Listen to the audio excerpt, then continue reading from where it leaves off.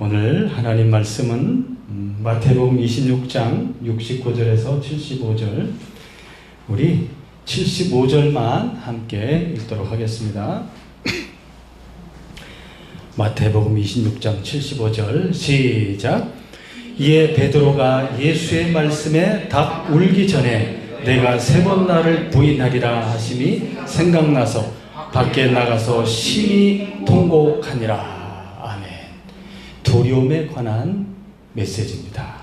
예수님을 부인하는 베드로. 야, 베드로가 어쩌다가 예수님을 부인하게 되었는가? 그에게 닥친 그 상황, 환경은 너무나도 두려운 환경이었어요. 이런 것이 갑작스럽게 예기치 않게 닥칠 때는 사람이 두려움에 빠질 수밖에 없습니다. 자, 너무나 두렵고 무서워서 예수님이고 누구 간에 나부터 살자 하고 도망갔습니다. 오늘 이러한 이 두려움을 어떻게 이길 수 있을까? 인간의 나약함, 인간이 참 약하다는 거예요. 다른 사람은 예수님을 버릴지 몰라도 저만큼은 주님을 버리지 않겠습니다 라고 장담하였던 이 베드로가 예수님을 부인하고 또 버리고 도망가게 되는 거죠. 그렇기 때문에 항상 겸손해야 돼요. 겸손. 그래서 베드로는 이 사건을 통해서 자신이 얼마나 초라하고 나약한 존재인지에 대해서 깨닫게 되는 것입니다. 한없이 초라한 이 두려움에 떨면서 그 위대하신 그 사랑의 주님을 보호하지 못하고, 주님을 감싸주지 못하고, 주님의 편이 되지 못하고, 주님을 버리고 도망가 버리는 자기 자신의 모습이 너무나 부끄럽고 한스러워서 막 통곡하는, 자기를 자책하면서 내가 왜 이렇게 됐는가? 내가 왜 이렇게 무너졌는가? 내가 왜 이렇게 됐을까? 하면서 한없이 자기 자신을 한탄하면서 참 많이 낮아지게 되는 것입니다. 자, 극심한 핍박의 상황, 그리고 이 몸까지, 이 생명을 빼앗아 죽이는 이런 어마어마한 핍박의 환경이 올 때는 참 사람이 사람인지라 두려워하지 않을 수가 없습니다. 이것을 어떻게 극복하느냐? 자기를 배반하고 버리고 도망가는, 그리고 자기 앞에서 모른다고 부인하는 예수님을, 이 베드로를 예수님이 바라보셨어요. 어떤 눈빛으로 예수님이 베드로를 바라보셨을까 하는 것들을 오늘 말씀을 읽어가면서 함께 보도록 하겠습니다. 여러분, 베드로와 예수님과의 관계는 어떤 관계였을까요? 베드로와 예수님과의 관계, 너무나도 가까운 사이예요. 가까운 사이. 쉽게 말하면 뗄래야 뗄 수 없는, 둘도 없는 그런 관계죠. 스승과 제자이지만은, 주님과 또 주님의 사도이지만, 그거를 뛰어넘어서 너무나 친밀한 관계. 친구 중에서 가장 친한 친구를 뭐라 그래요? 베프라 그러잖아요. 요새 말로 베프의 베프. 예수님과 베드로는 친구 중에서도 가장 친한 친구였죠. 처음 베드로가 예수님 만날 때 장면 기억나세요? 어떻게 예수님 만났어요? 원래 베드로는 세례 요한의 제자였고, 세례 요한이 내 뒤에 오시는 그리스도 예수에 대해서 증언하였습니다. 나는 그의 신발끈을 풀기도 감당하지 못할 그런 위대한 메시아요, 하나님의 아들이시요, 이 세상 죄를 지고 가는 어린 양이다라고 세례 요한이 선포하고 말해 주었습니다. 세례 요한의 제자였는데 베드로의 동생이 누구예요? 안드레가 메시아를 만났다고 하면서 베드로를 예수님께 이렇게 소개하게 됩니다. 그때 주님이 처음 베드로를 만나고 그의 이름을 바꿔줍니다. 원래 베드로의 이름은 시몬이었어요. 시몬. 하나님이 들으시다. 시몬. 줄여서 빨리 하면 이제 시몬. 헬라어로 시몬이 되고요.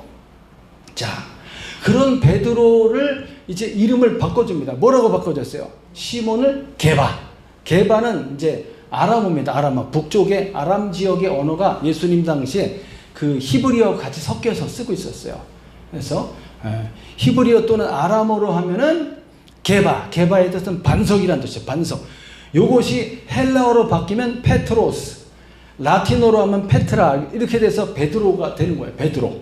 예. 이러한 이름이 바뀌어지는 그런 아주 큰 은혜를 받았죠. 예. 누가? 이 베드로가. 이렇게 주님을 만나고 나서 베드로는 본래 직업이 뭐예요? 뭐 하는 사람이에요? 좀 더운 것 같은데 저기 좀 틀어주세요. 난 덥지? 예. 예. 베드로는 직업이 어부였어요. 어부. 베세다 지역, 갈릴리 바다의 베세다 지역이 어부였고 그의 동업자들이 있어요. 동업자들 누굴까요? 동업자. 누가 오셨어요? 빨리 들어오시라고 안내해 주세요. 동업자가 바로 같이 아들 요한과 야고보 요한, 요 사람들이 베드로의 동업자들이에요. 항상 그렇게 같이 물고기를 잡고 했죠. 그런데 어느 날 한 마리도 못 잡은 날이 있어요. 물고기를 한 마리도 못 잡은 날. 그때 주님이 다가오시죠. 오셔서 깊은 데로 가서 그물을 내려라. 그 말씀에 의지해서 그물을 내렸더니 어떻게 됐어요? 그물이 막 찢어질 정도로 많이 잡게 되는 거죠. 할렐루야. 거기서 베드로가 이분이 진짜 보통 분이 아니구나 하는 것을 이제 깨닫게 됩니다. 예, 어서 오세요. 그래서 주님을 만나게 되면서 그때 이제 주님이 하신 말씀이 있어요. 베드로에게 너는 이제부터 사람을 낚는 어부가 될 것이다. 할렐루야. 이때로부터 베드로가 주님을 이제 모든 것을 버리고 전적으로 주님을 따라다니기 시작합니다. 그런데 가장 가까운 거리에 항상 베드로가 있었어요. 예. 주님이 행하시는 기적들을 보게 됩니다. 기적들. 어떤 기적들을 보았습니까? 자연이 주님의 말씀에 순종하는 모습을 보게 됩니다. 풍랑치는 바다를 잠잠하라라는 한 말씀에 쫙 잠잠해지고, 그리고 또 결정적인 것이 이제 어느 날 베세다 그 지역에서 오병이의 기적을 일으키시고 그 다음에 제자들을 건너편으로 가라 그랬잖아요. 그래서 배를 타고 건너가는데 어떤 일이 일어납니까? 풍랑이 또 바람이 막 거세게 불면서 배가 나아가지 못하는, 그러면서 깊은 밤이 되었을 때 누가 나타나셔요? 예수님이 바다 위를 걸어서 쫙 나타나니까 제자들이 그걸 보고 유령인 줄 알고 너무너무나 놀랬죠. 얼마나 놀랄까요? 깜깜한 밤에 야 이러다 우리 죽는 거 아니까 이렇게 막 조마조마하고 있는데 뭐가 사람 같은 형체가 탁 나타나서 슥 가까이 다가오니까 얼마나 무서웠어요. 그분이 예수님. 그래서 베드로가 주님 저에게 명하여 저를 오라 하소서 이렇게 말했죠. 이런 거 보면 베드로는 참 다른 제자들보다도 어때요?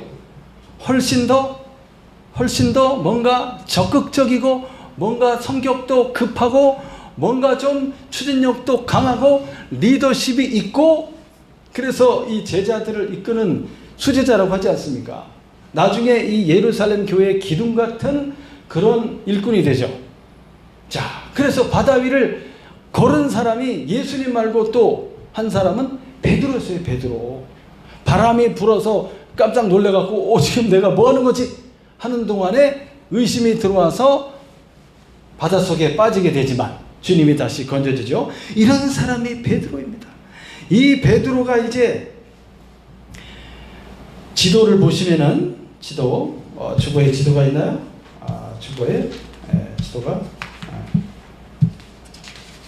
주보에는 지도가 없네요. 지도에 제가 이렇게 카톡에 보여드린 거기에 보시면 지도가 있습니다.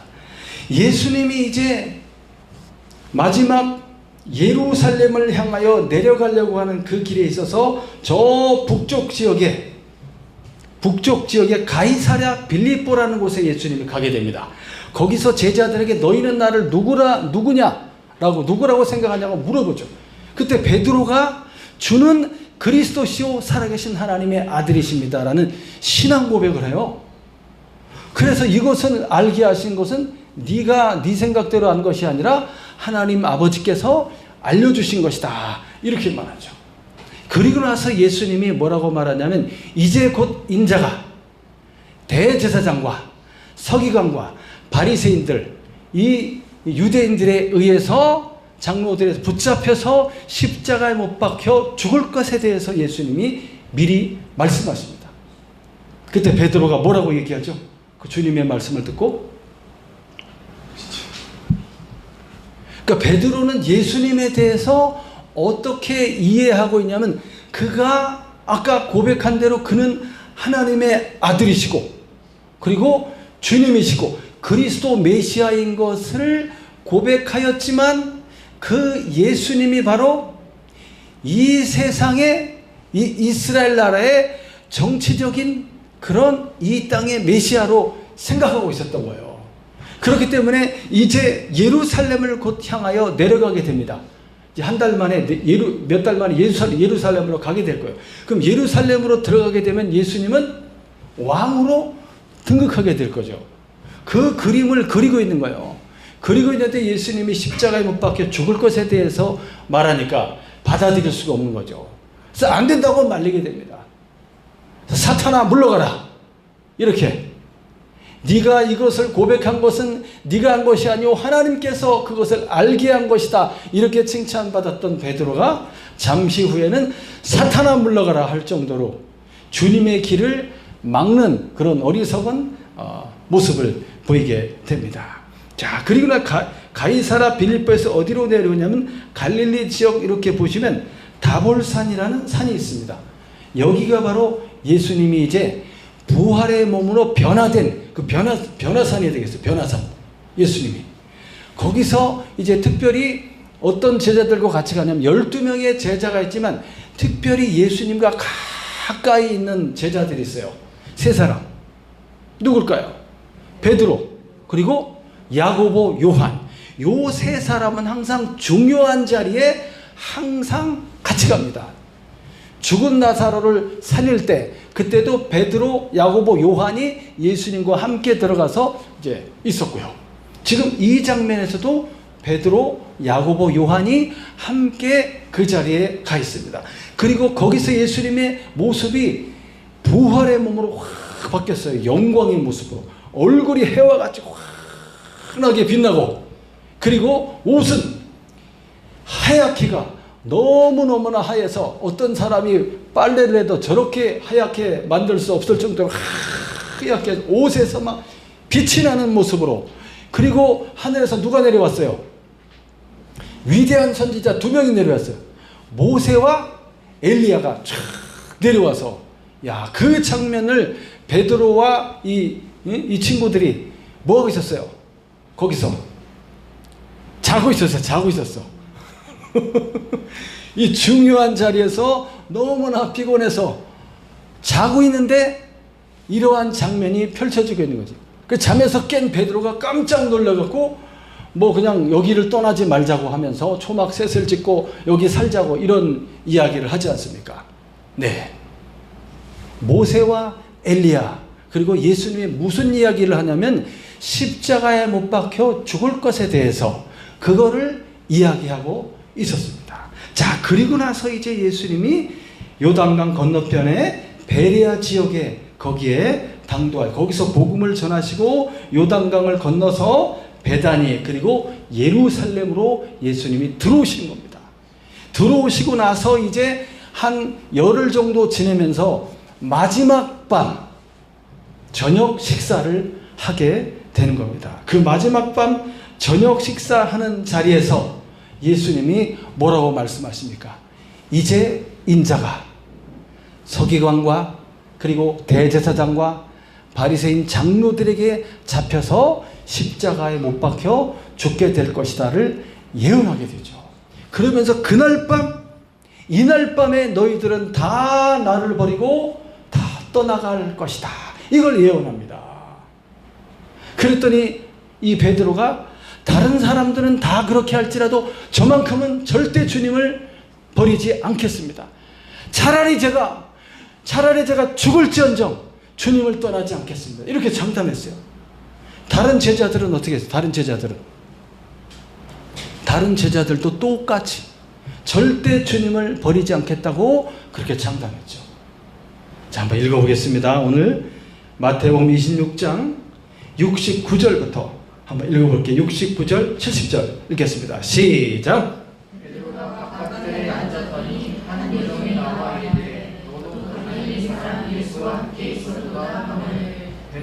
모든 사람 앞에서 부인하여 이르되 나는 내가 무슨 말을 하는지 알지 못하겠노라 하며.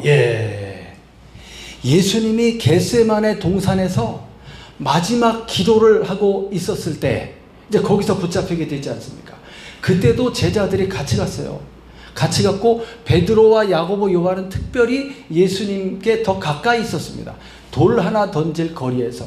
예수님이 십자가에 못 박혀 죽는 대속의 길은 그것을 해야만이 만민을 구원할 수 있습니다.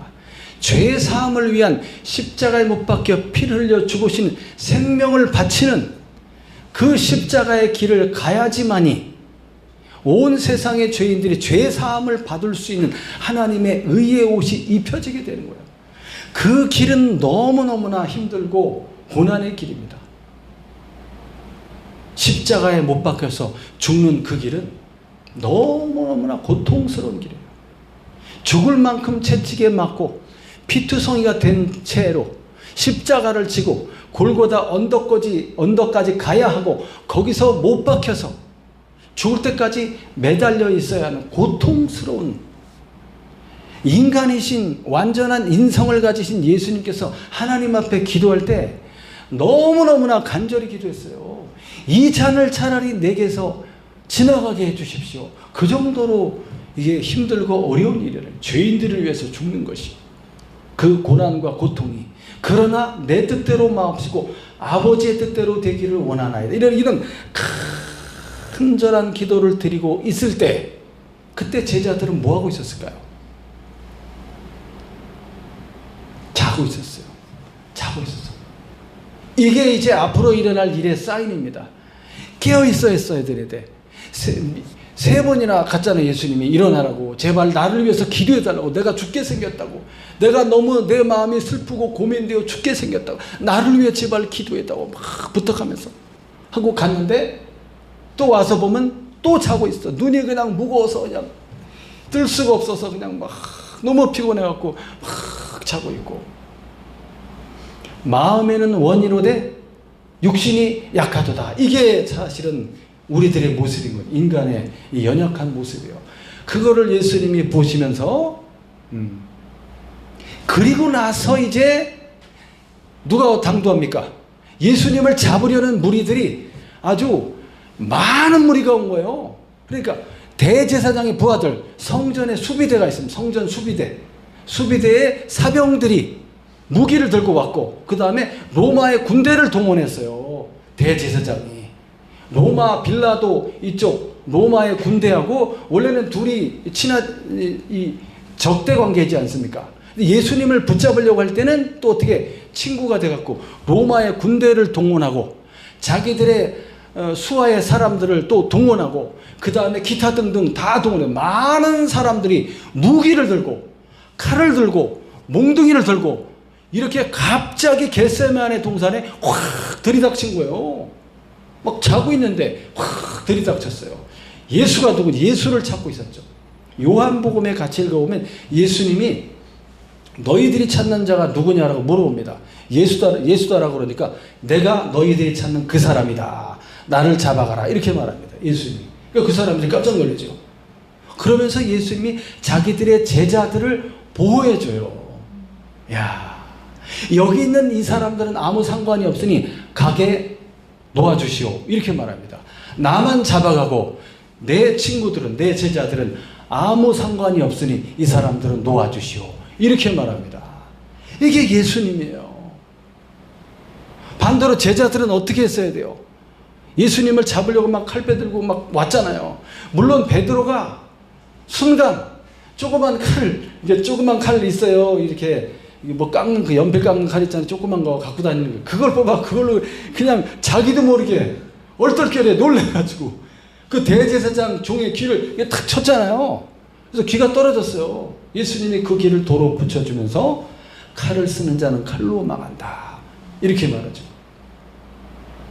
지금 하늘 위에 어마어마한 천군 천사들이 쫙 내려와 있어요. 주님의 명령만 하면 지금 하나님의 아들을 욕보이면서 이렇게 죽이려고 하는 이 세력들을 단번에 처리해버릴 수 있죠. 하늘의 천군 천사, 하늘의 군대가 얼마나 강력합니까? 그들이 불을 내려서 그냥 다 태워버릴 수 있고 죽음의 살을 날려서 그냥 순식간에 이 사람들을 제거해버릴 수 있죠. 12형이나 더 되는 하늘의 군대가 쫙 있는데 지금 그럼에도 불구하고 순순히 예수님이 잡혀가시게 되고 이 제자들은 호언장담했지만 너무나 무서워서 다 도망가게 됩니다. 이런 아주 강한 두려움이 쫙 오게 되면은, 엄습하게 되면은 무서워서 나부터 살려고 그러지 누가 보이지 않는 거예요. 그 정도로 강력한 급박한 두려움이 이 베드로의 마음을 확 사로잡았던 겁니다. 그리고 예수님이 이제 끌려가서 여기 읽어봤지만 바깥들은 어디를 말하냐면 대제사장 안나스와 가야바의 집이 궁처럼 상당히 크게 잘 돼 있었어요. 가야바의 집을 가리킵니다. 신문을 봤는데 그날 밤에 이제 사내들인 공회가 열려서 그 전 대제사장이 안나스에게 가서 신문을 한번 받고, 그리고 현직 대제사장인 가야바에게 가서 또 신문을 받고, 가야바가 총독 빌라도에게 보냅니다. 빌라도가 이렇게 보니까 별 죄가 없는 것 같아서 다시 어디로 보내냐면 헤롯 왕한테로 보내죠. 헤롯 왕이 이 예수님을 이제 조롱하고 다시 빌라도에게로 보내는 거예요. 이렇게 예수님이 이 밑에 지도에 보죠. 왔다 갔다 밤새도록 끌려다니는 거예요. 끌려다니면서 신문을 받게 되는데 죄가 없어요. 죽일 만한 죄가 없습니다. 그럼에도 불구하고 죄를 만들어서 덮어 씌워서 그렇게 죽이려고 하는 거죠. 왜 그렇습니까? 왜 이 사람들은 그렇게 예수님을 죽이지 않으면 안 될 정도로 그렇게 싫고 그렇게 밉고 그렇게 저주스럽고 왜 그랬을까요?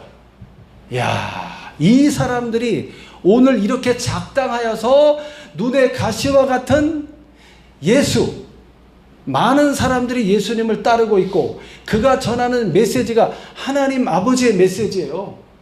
의와 선과 거룩함과 진리와 생명과 구원에 대해서 메시지를 전하고 있고, 그가 행하는 말뿐만 아니라 권능과 능력이 많은 사람들을 살려내고 수많은 병자들을 치유하며 고통 속에 있는 많은 사람들을 끌어내주고 눈먼 자의 눈을 뜨게 하며 죽은 자를 살리는 그러한 기적을 일으키는, 정말로 고난과 죄악 속에 있는 이 사람들을 구원해 주기를 원하는 깊은 하나님의 긍휼과 사랑이 그리스도에게 있단 말이에요.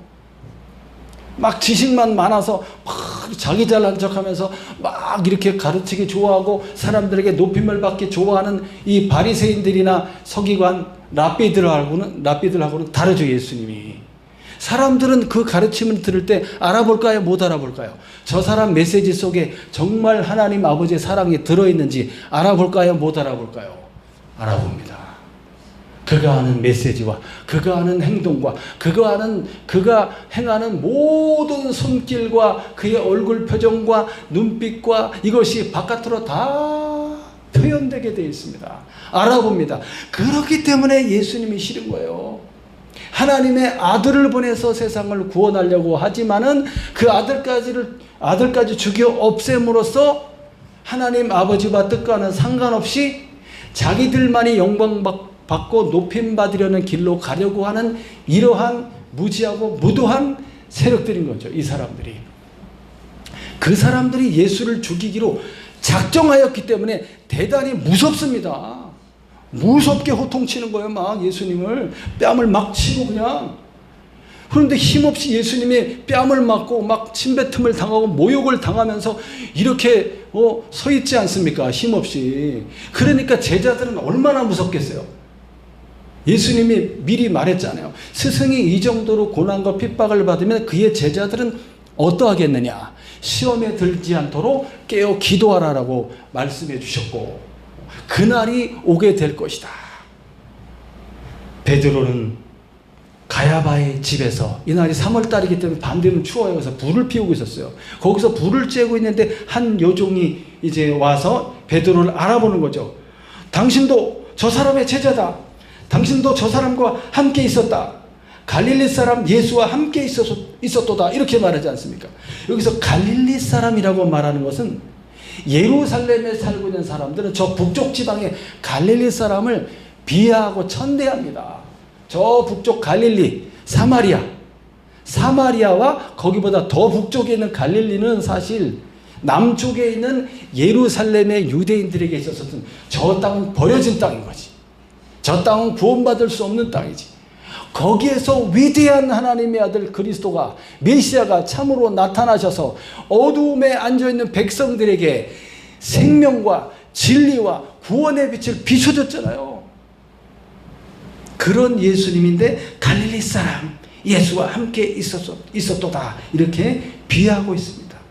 베드로는 모든 사람 앞에서 부인했습니다. 무슨 말하는 거야? 당신 도대체 무슨 말하는 거야? 나 당신이 무슨 말하는지 모르겠어. 이렇게 부인하면서 즉답을 회피하고 이제 자기 안전을 도모해서 피해갑니다. 너무나 베드로는 혼란스러운 거예요. 무섭고 두려운 거예요. 그 다음 71절 72절 읽어보겠습니다. 시작.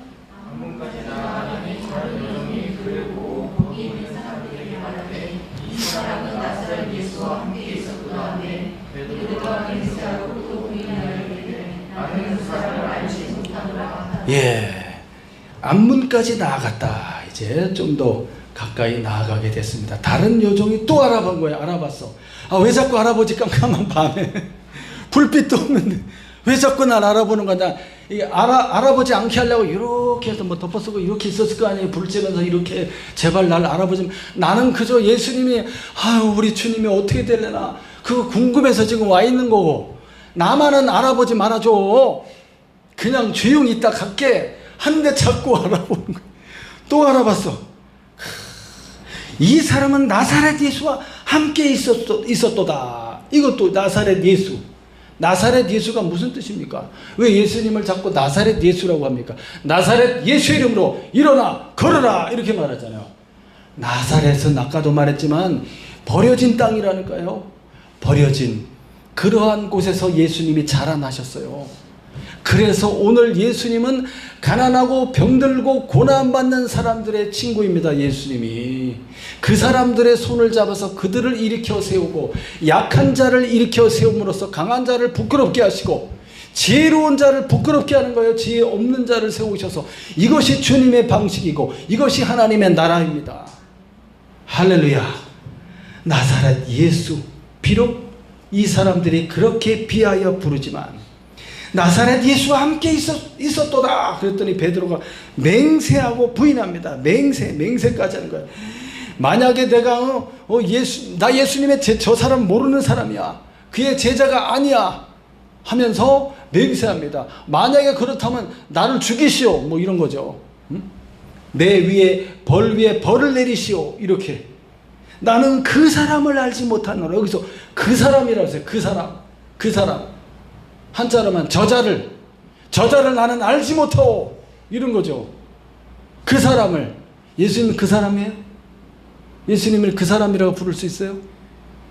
그분도 아니고 주님이신데, 예수 그리스도, 그분은 그리스도, 진정한 왕이시오, 만왕의 왕이시오, 아버지의 뜻을 따라 만유를 창조하신 창조주이시오, 그 안에 영원한 생명이 들어있으며 이 세상을 구원하기 위해서 인간의 육신을 입으시고 인간이 되어서 지금 이 세상에 오셔서 마지막 순간에 자기 몸에 이 생명 바쳐서 피를 흘려 죽기까지 하나님의 아버지의 뜻에 복종하기 위해서 이렇게 서서 내 대신 뺨을 맞고 내 대신 모욕을 당하고 있는 그 예수님을 그 사람이라고 표현하고 있는 이 베드로.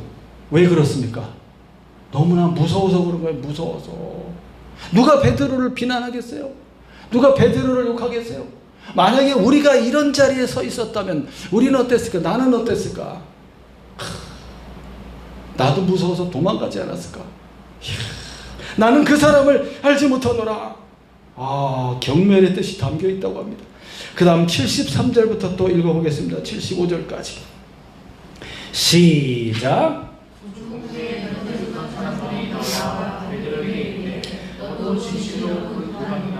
내 말소리가 너를 표명한다 하거늘 그가 저주하며 맹세하되 나는 그 사람을 알지 못하노라 하니 곧 닭이 울더라. 이에 베드로가 예수의 말씀에 닭 울기 전에 내가 3번 나를 부인하리라 하심이 생각나서 밖에 나가서 심히 통곡하니라. 3번째 또 곁에 섰던 사람이 진실로 이 사람도 그 도당이다.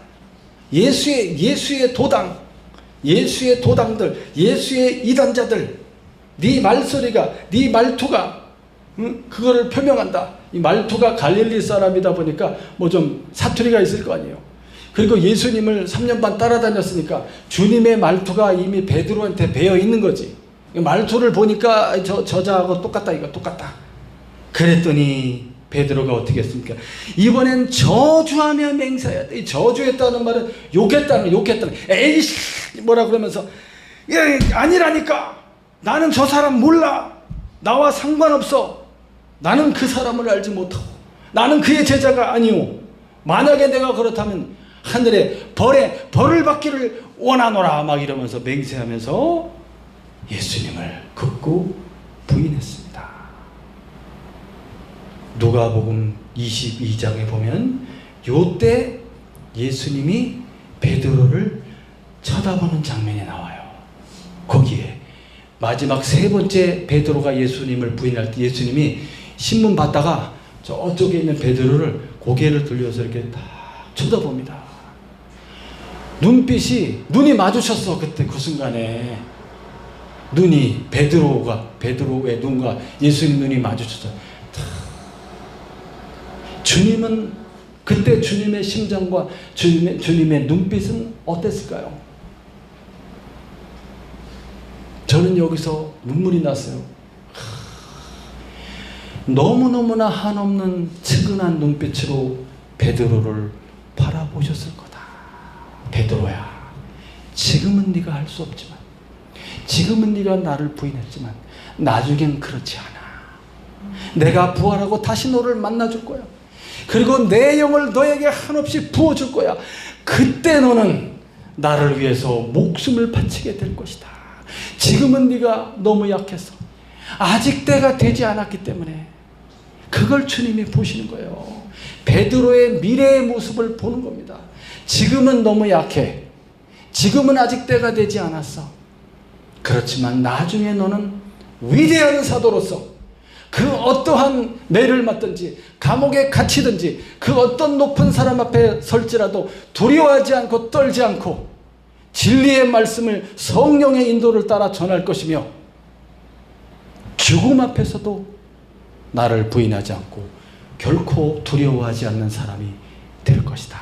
이걸 예수님이 보고 있는 겁니다.